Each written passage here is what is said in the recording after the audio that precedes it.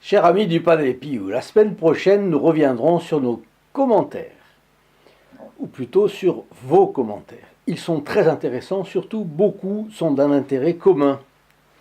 Donc nous les discuterons ensemble. Pour le moment, nous devons traiter d'un sujet auguste entre tous, puisqu'il s'agit des souffrances indicibles subies par notre Sauveur, l'innocent par excellence, souffrance qu'il a choisie pour nous racheter.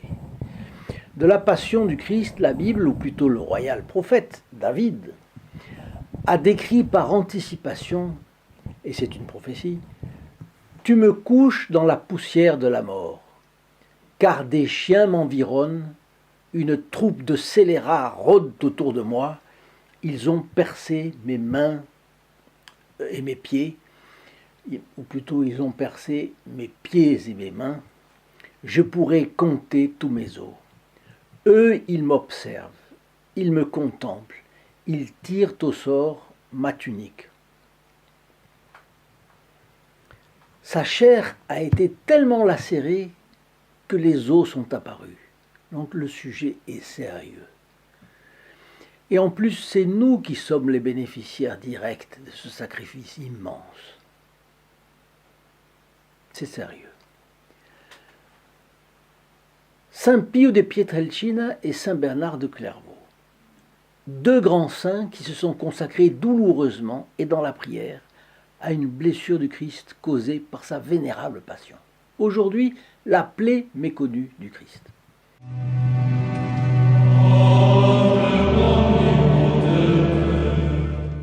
Qu'ont en commun ces deux grands mystiques, le saint français médiéval, Bernard de Clairvaux, et le moderne capucin italien, Saint Padre Pio? Eh bien, ils sont tous les deux saints. Ils vivent dans la contemplation éternelle que Dieu leur a préparée. Oui, au-delà, tous deux avaient une dévotion tendre et passionnée pour une blessure du Christ. Saint Bernard de Clairvaux, père abbé, donc, qui est le grand restaurateur de l'ordre de Cîteaux. L'ordre cistercien a commencé en 1098, mais il a eu un gros problème parce qu'il y a eu des divisions dans l'ordre et Saint Robert de Molesme a été obligé de quitter l'ordre pour essayer de pacifier. Après, il y a eu d'autres supérieurs. Bon, bref, il a fallu attendre un siècle. Donc, au début du XIIe siècle, Saint Bernard rentre et transforme cet ordre. Eh bien, il a raconté une conversation qu'il a eue avec notre Seigneur Jésus-Christ et qui est consignée dans les annales du couvent de Clairvaux. Il priait et il demandait à notre Seigneur quelle avait été sa plus grande souffrance méconnue des hommes, ou plutôt inconnue des hommes à l'époque. Et le Christ lui a répondu « J'avais une blessure à l'épaule, sur laquelle j'avais porté la croix, et cette blessure était plus douloureuse que toutes les autres. Les hommes n'en font pas mention, car ils ne la connaissent pas. Honore-la donc, et je t'accorderai tout ce que tu me demanderas par sa vertu. Tous ceux qui la vénèrent obtiendront la rémission de leurs péchés véniels et des grâces efficaces pour obtenir le pardon des péchés mortels qu'ils ont commis. » Notre bon et saint Padre Pio, frère capucin, prêtre et mystique décédé en 1968, a passé sa vie à arracher les âmes aux griffes du diable. Comment? Par sa messe, qu'il ne manquait jamais de célébrer au début de sa journée. La plupart du temps, ça a été très tôt, vers 5 heures du matin. Par ses heures passées au confessionnal, jusqu'à 15 heures par jour. Et par sa prière assidue du chapelet. Il a été connu malgré lui par les stigmates de la Passion qu'il portait aux mains, aux pieds, aux côtés pendant plus de 50 ans. Et dans un livre publié en langue italienne par le couvent de San Pio de Pietrelcina, intitulé Il Papa et Il Frate, Stefano Campanella rapporte que le capucin, pas encore canonisé, avait eu une conversation révélatrice avec le père Karol Wojtyła, le futur pape Jean-Paul II. Selon Campanella, le père Wojtyła a demandé au Padre Pio quelle était la blessure qui lui causait le plus de douleur, et le père Wojtyła s'attendait à ce que le Padre Pio dise qu'il s'agissait de sa blessure au côté. Mais au lieu de cela, ce dernier a répondu « C'est ma blessure à l'épaule, dont personne ne connaît l'existence et qui n'a jamais été guérie ni soignée. » Vous voyez comme sont les analogies, c'est impressionnant. Tout se retrouve dans l'Église. En 2008, donc 40 ans après la mort du Padre Pio, l'auteur Frank Rega a fait part de la chose suivante et qui nous stupéfait. Un jour, le Padre Pio, a confié au frère Modestino Fucci, qui était alors frère portier du couvent de San Giovanni Rotondo, que ses plus grandes douleurs survenaient lorsqu'il changeait de vêtements. Il changeait cet habit en bure brune, qui est l'uniforme des capucins, l'uniforme entre guillemets, l'habit des capucins. Mais sous la bure, il avait une chemise. Et cette chemise lui arrachait des souffrances épouvantables quand il a changé. Frère Modestino, comme le père Wojtyła, pensait que le Padre Pio faisait référence aux douleurs de la blessure à la poitrine. Et puis, le 4 février 1971, le frère Modestino a été chargé par le supérieur du couvent de faire l'inventaire de tous les objets du défunt capucin, dans la cellule du couvent, bien entendu, mais aussi de tous ses papiers dans les archives. Et ce jour-là, il a fait une découverte. Sur l'un des vêtements du Padre Pio, une chemise, il y avait un cercle de taches de sang dans la zone de son épaule droite. Le soir même, frère Modestino a demandé en prière au Padre Pio, dans sa prière du soir, de clarifier la signification de la chemise tachée de sang. Et il a demandé au Padre Pio de lui donner un signe pour savoir si le Christ avait vraiment eu une blessure si grave à l'épaule. Bon, en réalité, il a porté sa croix. Et elle était lourde. Et c'était le patibulum, c'est-à-dire la partie transversale de la croix qu'on faisait porter aux suppliciés. C'était en bois malécari. Alors le frère Modestino s'est ensuite endormi. Et il s'est réveillé à 1h du matin sous le coup d'une douleur atroce à l'épaule droite, comme s'il avait été tailladé avec un couteau jusqu'aux os de l'épaule. Et il a pensé mourir de douleur si cela continuait. Mais cela s'est arrêté en un instant. Et puis la pièce s'est remplie de l'arôme d'un parfum céleste de fleurs, signe de la présence spirituelle du Padre Pio, vous savez. Et il a entendu une voix qui disait « Voilà ce que j'ai dû souffrir ». Après avoir reçu le message de notre Sauveur sur la douleur qu'il avait eue à l'épaule, saint Bernard de Clairvaux a cherché à promouvoir la dévotion à la blessure de l'épaule du Christ.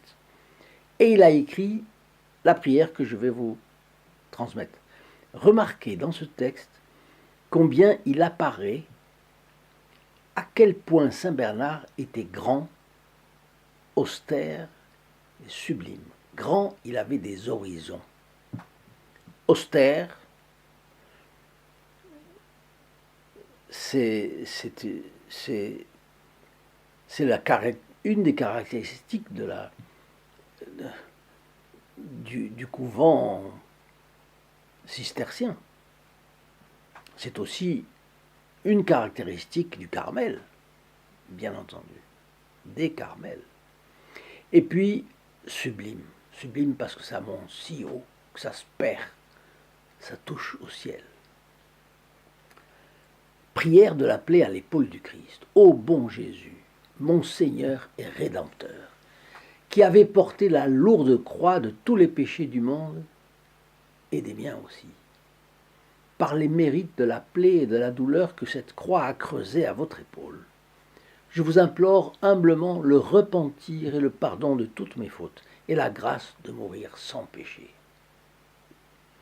Me souvenant de l'aide que Simon de Cyrène vous a apportée en soulageant le poids de votre croix, je vous supplie en outre, en vertu de la plaie de votre épaule, qui fut la première et la plus cachée de votre sacrifice rédempteur, de susciter dans le monde de nombreuses âmes victimes, pour continuer en elles votre passion, et par la générosité de leur holocauste, supporté d'un amour héroïque, sauver de nombreux pécheurs, sauver de nombreux agonisants, et faire descendre sur la terre une pluie de charité et de pureté, ainsi soit-il.